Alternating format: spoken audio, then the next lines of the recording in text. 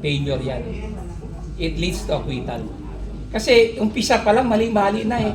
And these witnesses are major witnesses.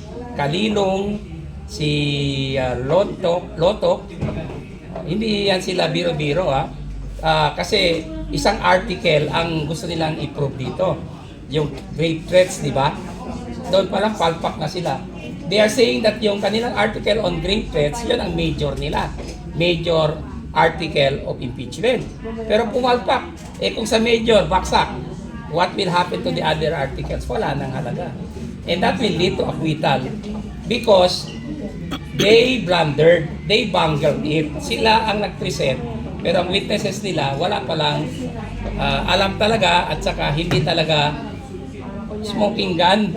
So iba yung propaganda nila sa media at saka sa public na nilalabas nila sa newspaper at saka sa media and social media. Iba yung nangyari dito. Sa actual trial, palpak eh. And that's very clear. From my mind, na ginagawa na lang nila ngayon is sirain si BP for 2028 because their impeachment is dead in the water. Attorney, itong pag-hearing nila, gumagastos po sila ng milyon. Bawat hearing, milyon po yung nagagastos dito. Sa sinabi niyo po na palpak na po yung ginagawang pag-hearing, pagkita pa lamang sa mga witnesses. Do you believe na waste of money po sa It's really a waste of taxpayers' money. Waste of our money. Pera natin ito eh, taxpayers tayo. Eh, kung wala talaga napapatunayan at pumalpak, stop it. Hindi naman nila ma-cure yan eh. That will lead to acquittal. At saka, wala silang 60 votes. That's the reality of it. Bakit paggagastos ng taxpayers' money kung pwede naman nila i-stop that?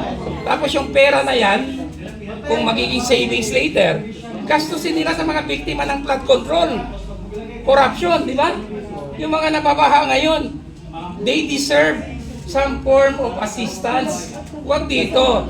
Wini-waste nyo lang ang pera ng bayan eh. Wala namang patutunguhan yung impeachment na yan eh. Hindi yan mapapatunayan nila.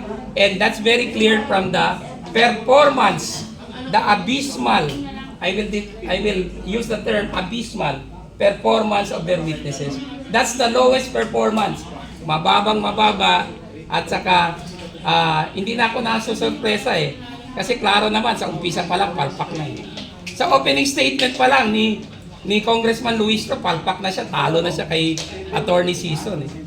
Yung hearing ng attorney umaabot po ng 7 buwan, ito ba pag, for example, gusto na natin i-stop, okay lang ba yun? Hindi tayo pwede mag-stop niyan kung tayo. Because we are not the Senate.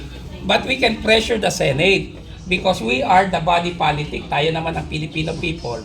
I-pressure natin sila. Tigilan nyo na yan. Kasi wala naman kayo mapapatunayan. Sinasayang nyo lang ang pondo ninyo. Na dapat sana magamit pa sa ibang mga mas makabuluhang bagay. Katulad ng investigation sa flood control. Yan. Game ako dyan kung gagastos sila. Kasi ilang billion ang nawala? Almost a trillion or more than a trillion pesos. Yan, that's worth spending. Pero dito sa impeachment, magkano? Few hundred million of confidential funds na ginastos naman talaga sa intelligence operations.